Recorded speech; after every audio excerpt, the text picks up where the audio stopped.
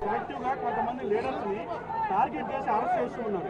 దాన్ని ఎట్లా చూస్తారు? మన పేరుని కానీ ఇవాళ వంశీ, ఇటీవల కొంతమంది అరెస్ట్ నంది సురేష్, ఇట్లా దాన్ని ఎలా చూడాలి? ప్రజాస్వామ్యం కూలిపోతా ఉంది అని చెప్పడానికి ఇవన్నీ నిదర్శనాలు.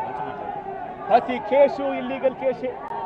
ప్రతి కేసులోనూ కూడా వీళ్ళే బెదిరిస్తూ ఉన్నారు, అవతలోడు బెదిరిస్తూ ఉన్నాడు అని చెప్పి వీళ్ళే కేసులు పెడతా ఉన్నారు. అసలు బెదిరించేది ఎవరిని బెదిరిస్తూ ఉన్నారు? ప్రతి విషయంలోనూ వీళ్ళే. పారిశ్రామికవేత్తలను వదలడం లేదు, రాజకీయ నాయకులను వదిలిపెట్టడం లేదు. ప్రతి ఒక్కరిని కూడా వీళ్ళే బెదిరిస్తూ ఉన్నారు, అవతలోడు బెదిరించినాడని చెప్పి మళ్ళీ ఎదురు కేసులు పెడతా ఉన్నారు. ఇవన్నీ ఊరికే పోవు, ఇవన్నీ కూడా మళ్ళీ వీళ్ళకి చుట్టుకుంటాయి. చుట్టుకున్నప్పుడు వీళ్ళ పరిస్థితి అతి దారుణంగా తయారవుతుందని మాత్రం ఖచ్చితంగా చెప్తా ఉన్నారు.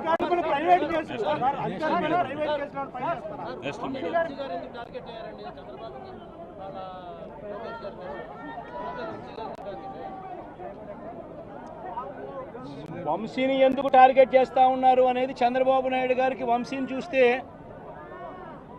తన సామాజిక వర్గం నుంచి ఒక వ్యక్తి ఎదుగుతున్నాడు, చంద్రబాబు నాయుడు గారి కన్నా గ్లామరస్గా ఉన్నాడు, లోకేష్ గారి కన్నా గ్లామరస్గా ఉన్నాడు, ఒక మనిషి ఎదుగుతున్నాడు అని అంటే తట్టుకోలేడు తన సామాజిక వర్గంలోనే.